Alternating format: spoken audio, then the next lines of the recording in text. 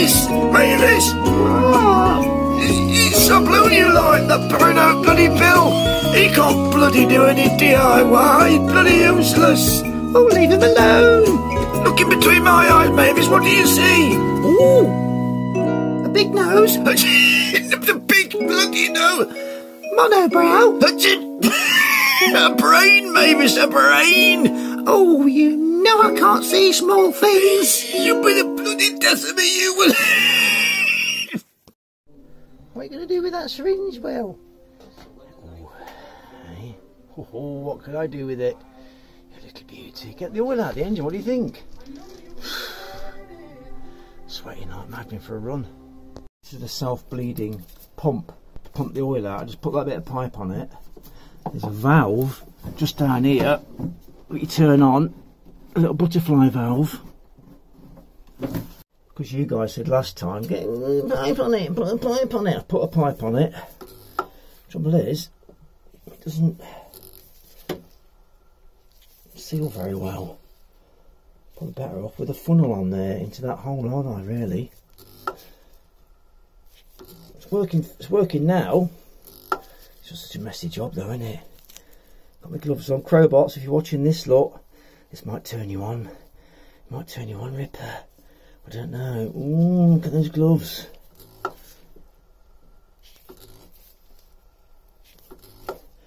I'm taking that out, stop causing a vacuum. We can also undo this as well. I've done lots of these videos, so I'm not going to take you all the way through it. It's gonna. This is how you drain the oil. Just keep doing that till it goes. Till it makes a funny noise. It should fill that container up with about 6 litres. The engine is warm. Still, it's cooled down a bit because we're trapped here on the River Nene while it's in flood. I'm just going to service stuff. Boredom striketh me down, you know.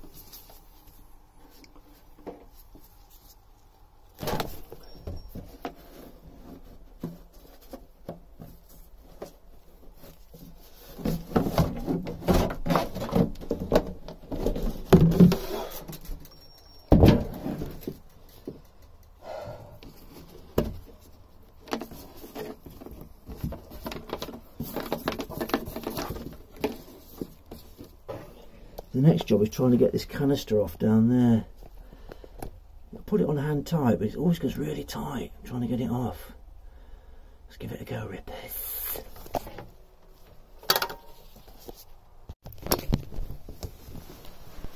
5 minutes. Okay. The canister just down. Can you see the writing on it? If you put the torch down there, look beyond it. You see the writing. Look further out. That's it. Look below that pipe. See the writing? There's the canister. You've got to turn it towards. You have to unscrew it, don't you? You've got bigger hands. It's only hand tight last time. I can't get it off. The other way, mate. That's it. Other way. Not towards you. That's it. Away from you. That's it. Yeah, that's what I'm trying. Go on, mate. Go on. It's not budging at all. Hard as you can. Go on. Nope. No, right. Okay, I'll get me.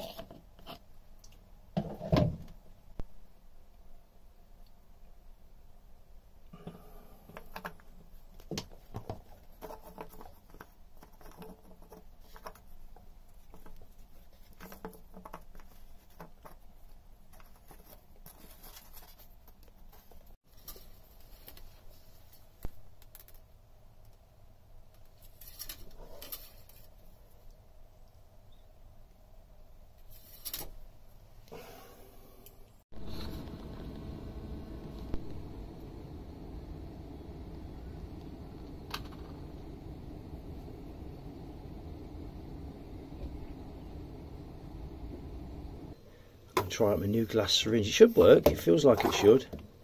It's sucking. So I'm going to try out my new glass syringe that I bought from the antique shop for £4. And change the gear oil. I've got my oil, which is automatic transmission fluid.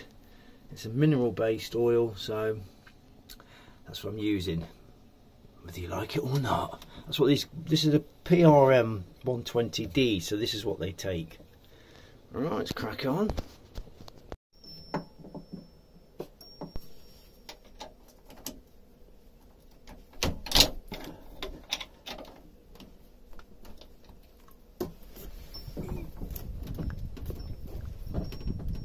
Cool.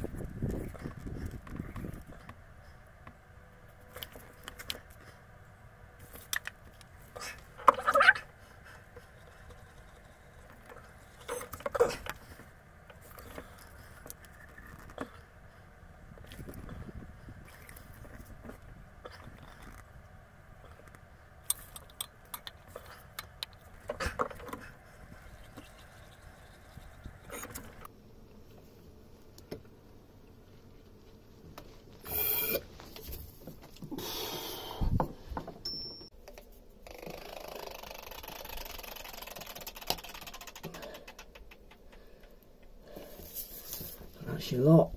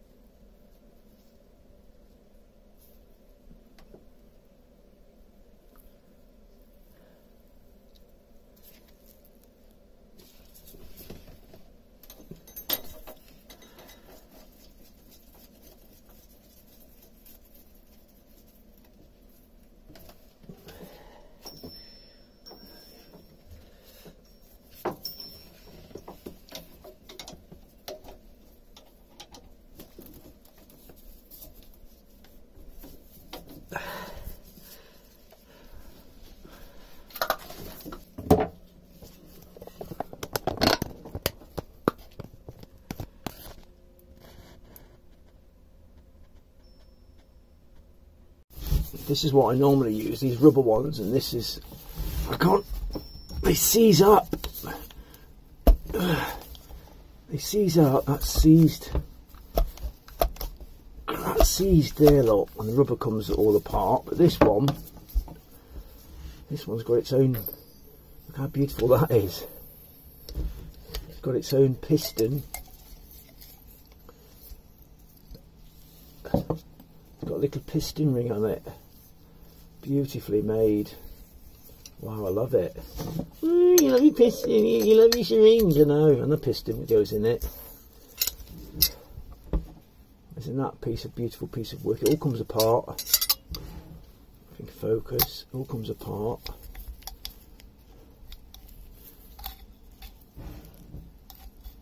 Like that. It just works. So,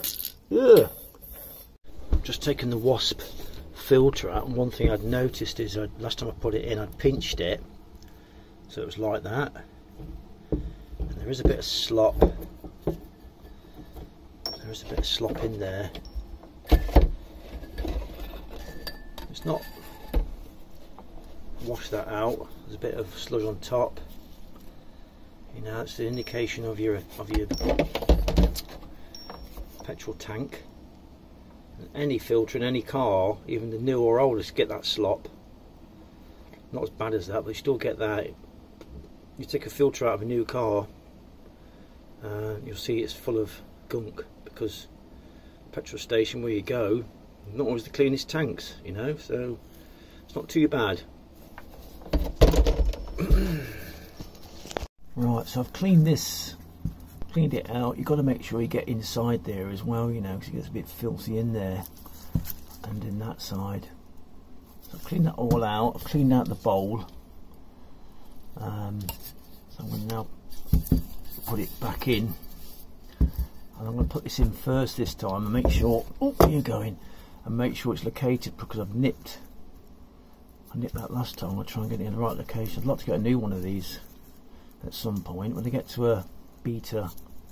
When I get to a beta chandlery, I'm going to change that. But at the moment, they're washable. You can just wash these out. I've washed it out about 4 times now, so very good. Okay, back together. I'm just going to turn the fuel on. I'm going to wait for that. Wait for that to fill up.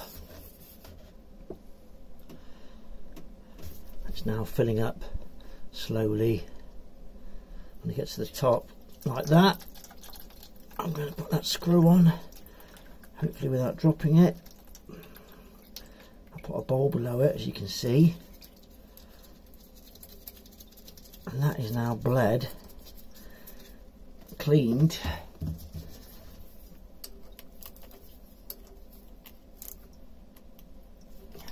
I'm ready to go.